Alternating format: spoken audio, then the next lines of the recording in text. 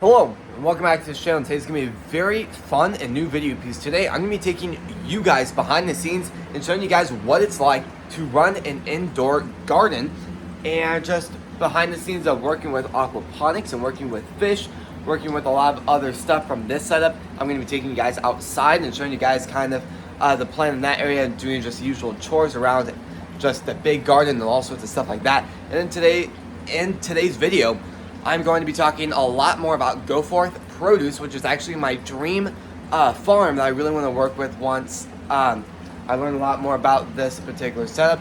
And yeah, before we do go ahead and start today's video, please subscribe, hit the notification on all so you not miss our video, and please like this video. Let's go ahead and start today's video. So, you're probably wondering some things I happen to say in the intro. Now, I said I really wanted to start my own business, and if you guys are new, you're probably wondering, isn't this technically already a business? Yes and no. The reason why I say yes is because at the end of the day, I'm still growing stuff and just kind of vlogging it for you guys, but I'm not selling any of my produce. The main point of this particular setup right now is to learn about agriculture, from aquaponics to fish, to how to grow different plants indoors, from germination to harvesting it indoors without it ever going outside. Just finding the best alternatives to grow indoors. And so I really been working on a setup for a long time. I'll be talking a lot more about that later in today's video, but right now there's a lot of things I need to do. Everything was watered yesterday, so that was a pretty big thing, so nothing needs to be watered today.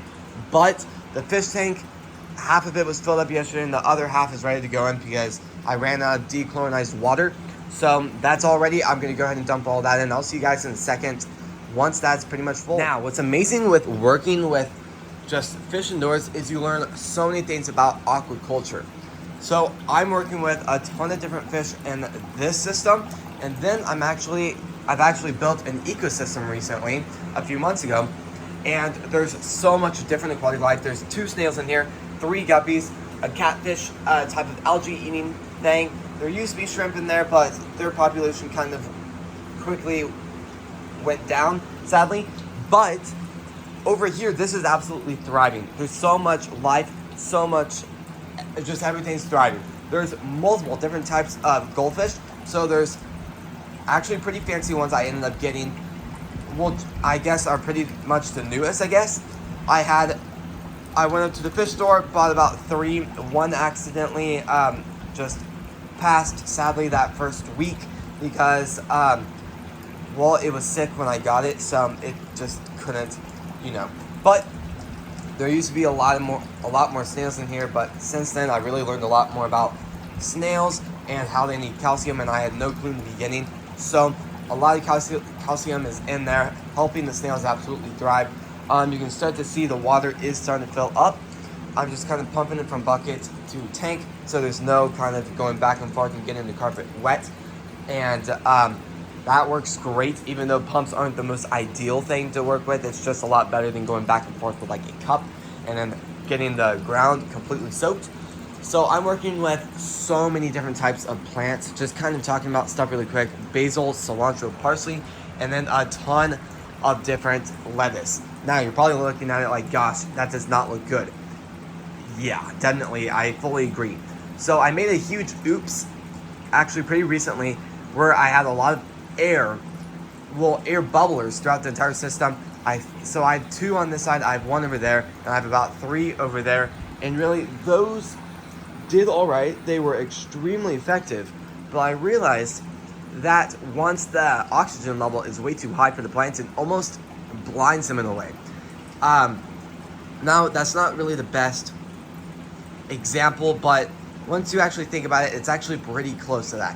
It almost blinds the roots to the point where they can't find that nutrients they need to survive. So eventually, over time, the plant slowly starts to die, and it really just hurts the root structure. So a lot of these plants, mostly lettuce, has gone and hit very hard.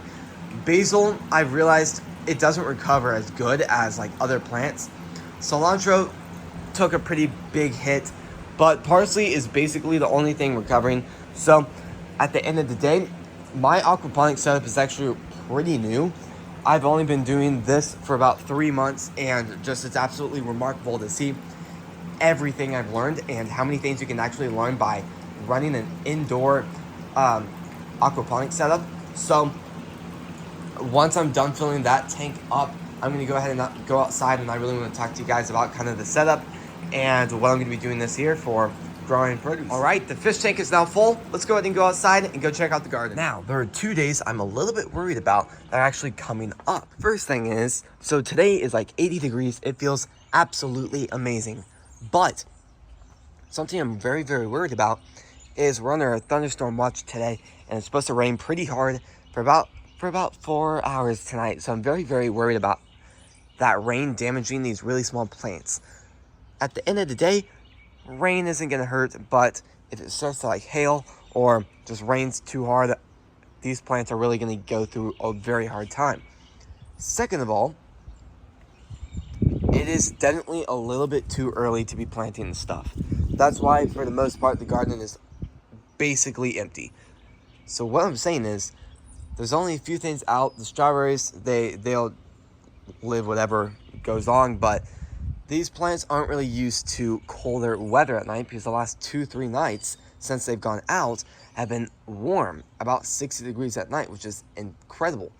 So the next 2 nights after it rains, it's going to get down to about 40 degrees at night for 2 nights in a row. Now, during the day, it'll get up to about 70-ish, but I'm a little bit worried about that weather shocking these plants and kind of just killing them. Strawberries, they'll survive whatever. Rosemary, I'm a little bit worried. Cilantro, I'm worried. And those blueberry plants, I'm quite worried about. So we'll just see how stuff does, but there's a lot of stuff I'm going to be planting this season, and very, very excited about all of this. I'm actually pretty surprised because these are actually starting to look really good, especially these plants right here.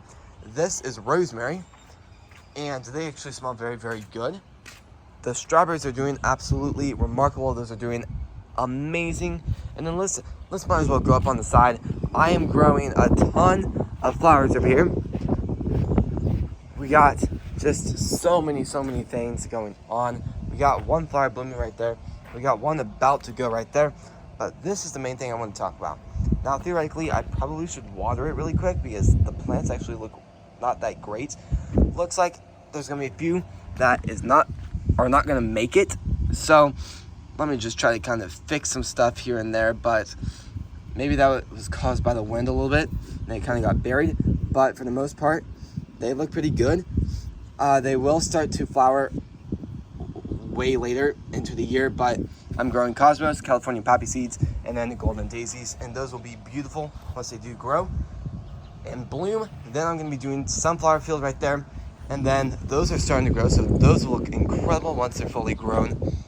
Then over here, I'm growing 2 different types of blueberries. That'll look awesome once they start producing blueberries next season, because that first year they do start growing outdoors. They don't grow any blueberries, and if they do bloom, try to cut them off, because try to cut those blooms off, because they will really hurt the plant by putting too much stress on the actual structure of the plant. Just it'll slowly go through too much stress, and then the plant will just slowly start to die out.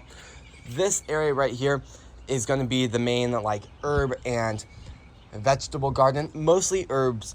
I'm thinking a lot of herbs will be right here. I'm thinking the lettuce garden will be right there, and a lot of the lettuce will probably be right here also. These little pots right here are going to be, there's going to be a lot of stuff growing in those. I'm thinking, well, to be honest, I don't exactly know what and where I'm going to be planting stuff. I know a lot of these are going to be like just basically stuff that grows on the ground, like onions, potatoes, garlic, all sorts of stuff like that. But if you guys know, usually a lot of farmers and a lot of just farmers in general like to put the potatoes down and then try to grow a pea plant very quickly, because peas grow extremely quickly. So by the time the pea season is done with, the potatoes are now starting to thrive and grow very well. I'm thinking I'll probably do peppers right there. I'm not going to be doing a line of peppers this year because they didn't do that good last year, but I'll definitely be doing tomatoes over here. Once again, those will be about right there, 2 rows. And then on the side, I'll be doing about 3 rows of those. So that is awesome. Right here, I'm thinking this will be the carrots. And then in here, I'll have corn. And this space in the middle, I'll have a ton of sugar peas, a lot of them. And then over here, I'm just going to be growing melons, a lot of melon seeds and plants. So I'm hoping that by the time the pea season is done with, I can kind of guide the vines to grow throughout this entire area and grow into where the peas last sat after I take them all out pretty quickly. And then over there, after that beautiful, beautiful bush, wow, just check that out. This is beautiful. Look at those blooms. Wow. Well, that is beautiful. This area I'm going to be planting a lot of pumpkins, and we're starting to get those seeds to grow. And these will probably go out very, very soon, probably 2 weeks, but that's, I guess, not very far actually. I'm probably going to have to stall a little bit before they do go outside, because lately our deck has really been just kind of rotting. It's pretty old, but at the end of the day, during the summertime, when the sun kind of moves into its summertime path, those like last 4 steps barely get any sun, barely wind, because it's just being blocked. And then the sprinklers always hit it. When it rains, it doesn't dry out, so then they slowly start to rot away, and then a lot of bad things starting to happen. But you know what, let's go on to the side. I was considering going on to the side, but then I was kind of thinking, but you know what, we're already here, might as well go up onto the side. So I'll see you guys when I get over there. All right, and here we go. It's a little bit windy, but there's a lot of stuff growing over here. Very, very, very excited for over here. I'm growing marigolds in both of these 2 pots, and those are actually doing pretty good. Then I'm growing zinnias. Those are actually, they look messy. They don't look, this pot especially doesn't look as good, but once they do start growing, it'll be a beautiful, beautiful plant. This is the area I was telling you guys a second ago. I'm going to have I might have 2 to 3 rows of tomatoes. It really just depends on how everything does, but I'll be planting them a different way this year, and I'll probably just tell you guys when I do film that video coming up. But for now, let's go back inside, and I really want to tell you guys about Goforth Produce. So here is the entire space, a lot of stuff.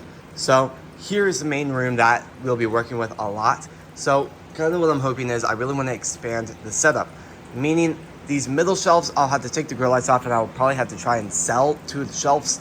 I'm also going to be getting way bigger shelves, which I'm going to call the 2.0 design. These are much taller. They are the same length, but they're a little bit wider. I don't know exactly how much bigger, but I think I want to say they're 3 inches bigger than what I have now, which will really, really, really help. And then I'm hoping that, so these are much, much taller. That heater right there, it'll be about a little bit higher than that. It'll probably be, yeah, it'll just be at wherever it sits at, but it's gonna be tall. This one, I wanna say it's about 6'2". That's how tall that shelf is. That doesn't sound right. Yeah, I'll look probably later tonight and tell you guys, probably tomorrow, the height of it.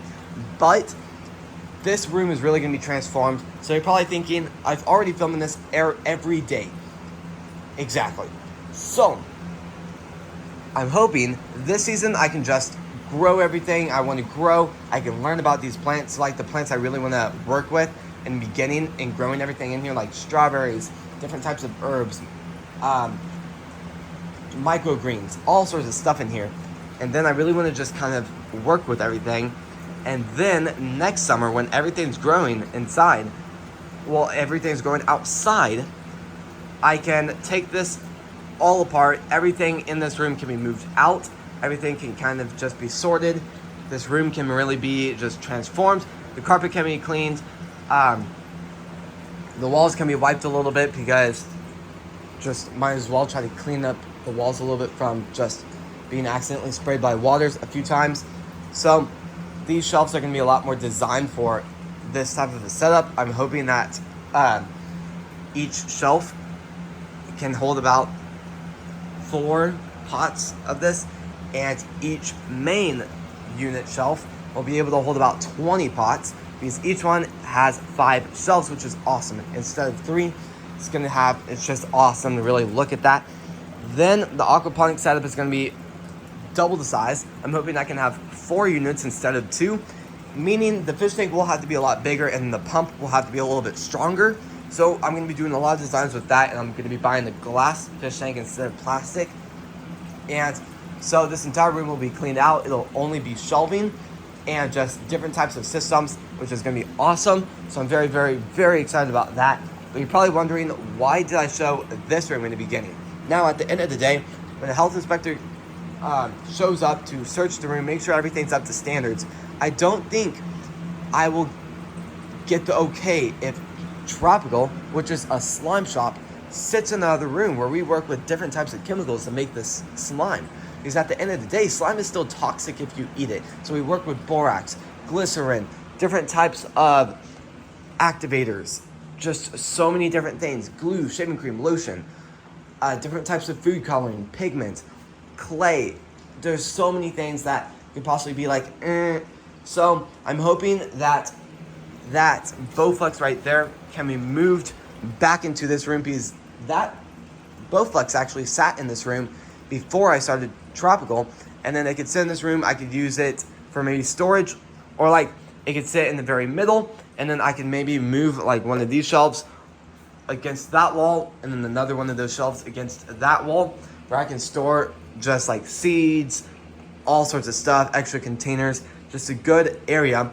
And then with the room being completely empty, I can open up all the windows, and it could be a very good working environment for the packaging room. So this is the bar area.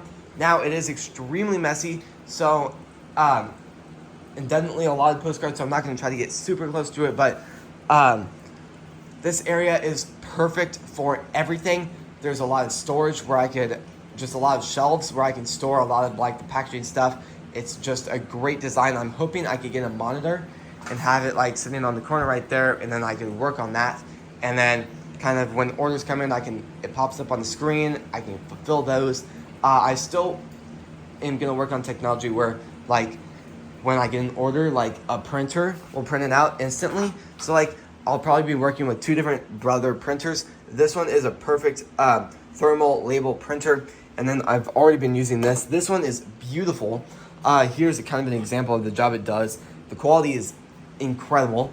Now these labels are a little bit more expensive to work with, but the only reason why I would keep it is so I can do stuff like this, because the printer I would get is only going to be black and white, so I can print stuff cheap and quick.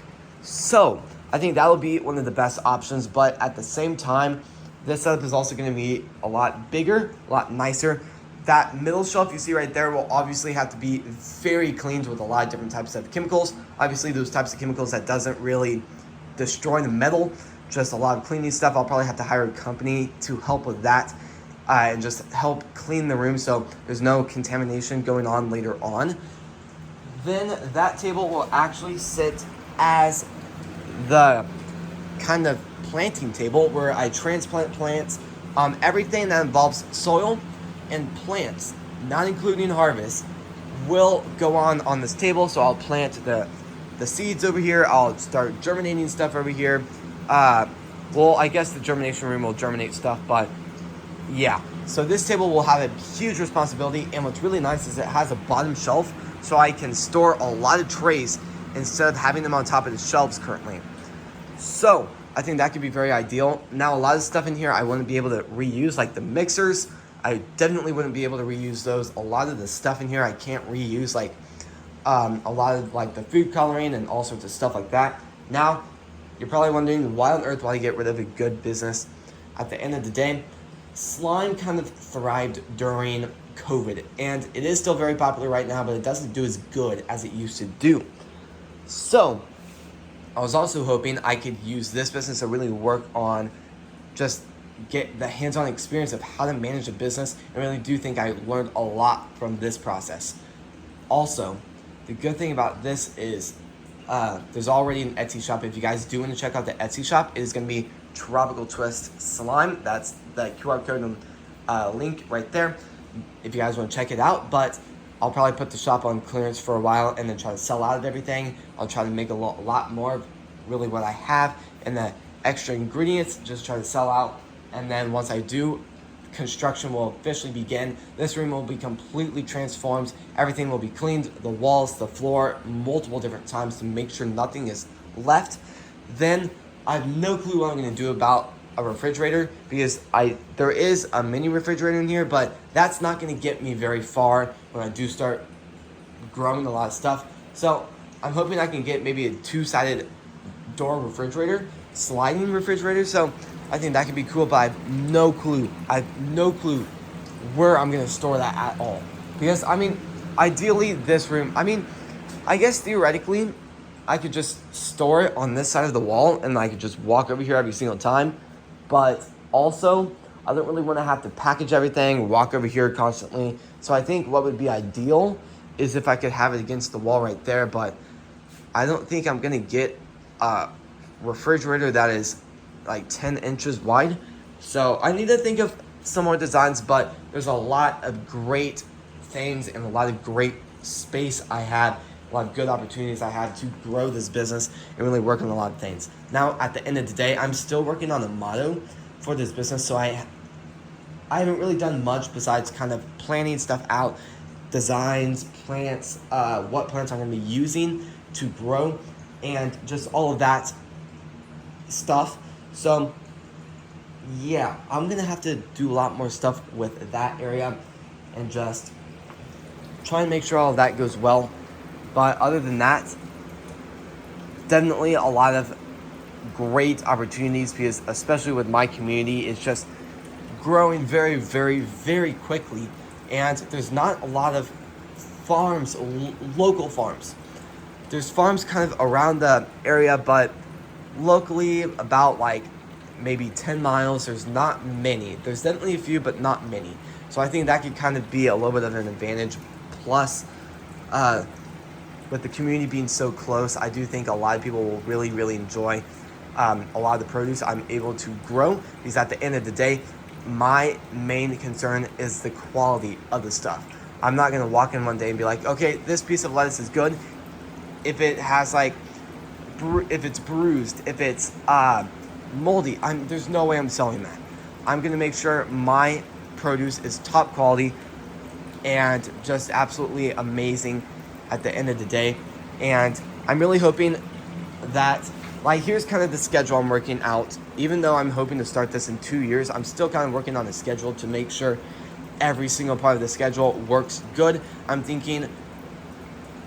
probably thinking Monday, Tuesday, Wednesday is kind of just rest days, watering stuff, kind of just walking around. Thursday would be harvest day, and then that would be the day everything would be packaged, everything would be kind of listed on the website, and then I would kind of talk to like grocery stores, restaurants on that day about what orders they want, and then that would be the day's orders come in. Friday, I'll be able to package stuff early in the morning and then do deliveries.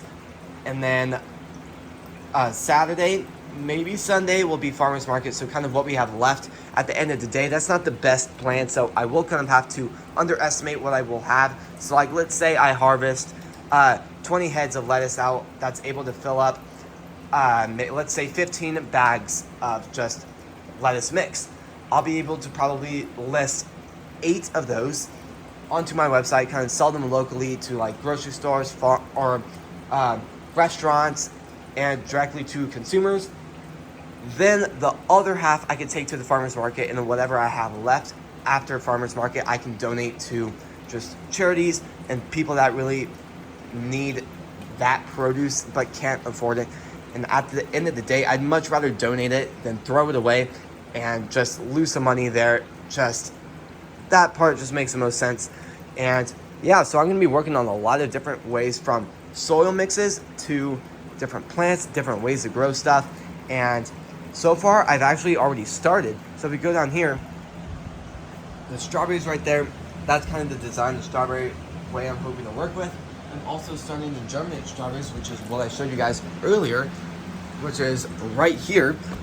Now, the variety of strawberries I'm growing in there isn't the variety I want to officially work with, but they're doing very, very well.